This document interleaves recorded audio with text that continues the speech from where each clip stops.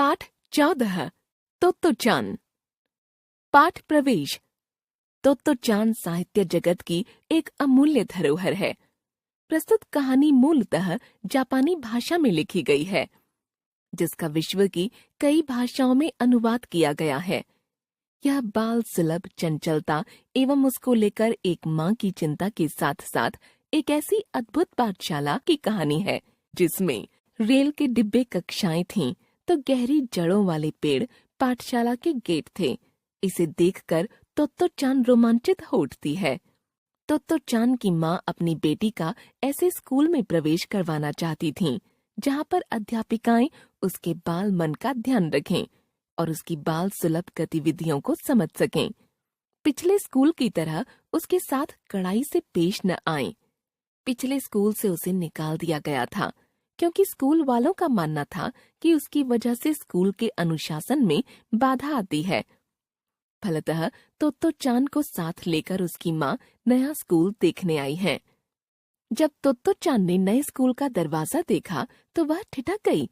अब तक जिस स्कूल में वह जाती रही थी, उसका दरवाजा सीमेंट के 2 बड़े खंभों का बना था और दरवाजे पर बड़े बड़े अक्षरों में स्कूल का नाम लिखा था।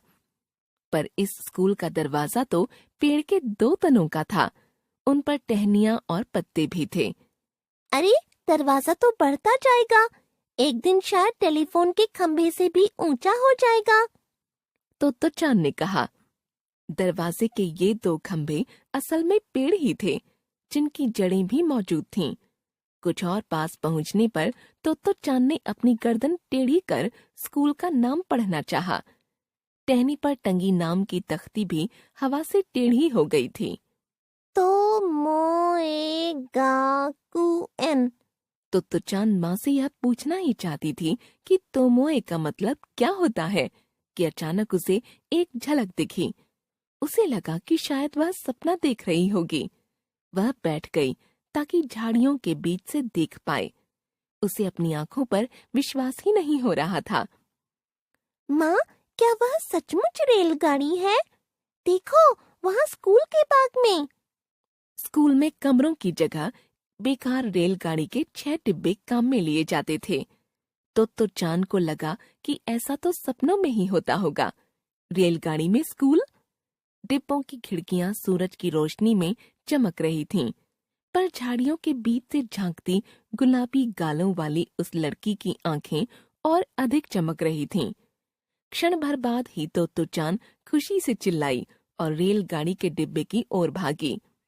भागते भागते ही मुड़कर माँ से कहने लगी, आओ जल्दी करो, जब तक यह ट्रेन रुकी है हम झट से चढ़ जाते हैं। माँ चौंकी और उसके पीछे दौड़ी। माँ भी कभी बास्केटबॉल की खिलाड़ी रह चुकी थीं, इसलिए वे तोत्तो-चान से भी तेज भागीं। ठीक डिब्बे के दरवाजे से बाहर उन्होंने तोत्तो-चान की फ्रॉक का सिरा पकड़ लिया। तुम अंदर नहीं जा सकती, माँ ने उसे रोकते हुए कहा। ये कक्षाएं हैं और तुम तो अभी स्कूल में भर्ती नहीं हुई हो। अगर सचमुच इस रेलगाड़ी में चढ़ना चाहती हो तो तुम्हें हेडमास्टर साहब के सामने कायदे से पेश आना होगा। अब हम उनसे मिलने जाएंगे। अगर सब कुछ ठीक रहा तो ही तुम इस स्कूल में आ सकोगी, समझी?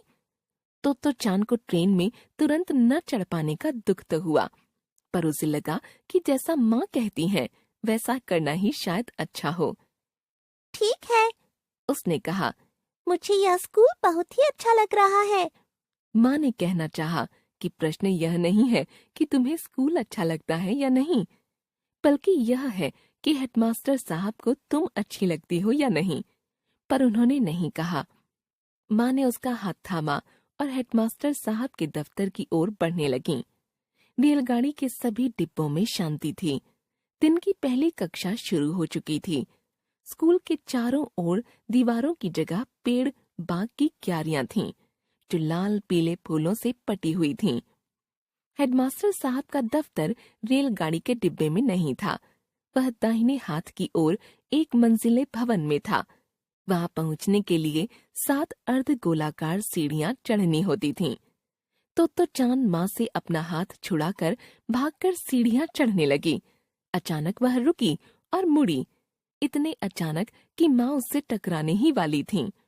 क्या हुआ? माँ ने पूछा। मन में भय था कि कहीं तोत्तो चान ने स्कूल के बारे में अपना इरादा न बदल लिया हो। सबसे ऊपरी सीढ़ी पर खड़ी तोत्तो चान गंभीरता से फुसफुसाई। जिनसे हम मिलने जा रहे हैं वे जरूर स्टेशन मास्टर होंगे। माँ मन ही मन हंसी। वे झुकी, अपना चेहरा तोत्तो चान के चेहरे के पास ले गईं और फुसफुसाई। क्यों? तोत्तो चान ने धीरे से कहा। आपने कहा था कि वे हेडमास्टर हैं, पर अगर वे इन सारी रेलगाड़ी के डिब्बों के मालिक हैं तो स्टेशन मास्टर हुए ना। माँ को मानना पड़ रहा था कि रेलगाड़ी के डिब्बों में स्कूल चलाना कुछ अनूठी बात थी, पर फिलहाल समझाने का और वक्त नहीं था। माँ ने सिर्फ इतना ही कहा, तुम उनसे ही क्यों नहीं पूछ लेती? पर तुम अपने डैडी के बारे में क्या सोचती हो? उनके पास भी तो ढेरों वायलिन है, पर इससे अपना घर वायलिन की दुकान तो नहीं बन जाता। हाँ, दुकान तो नहीं बनता अपना घर। तो चांद ने सहमति जताई।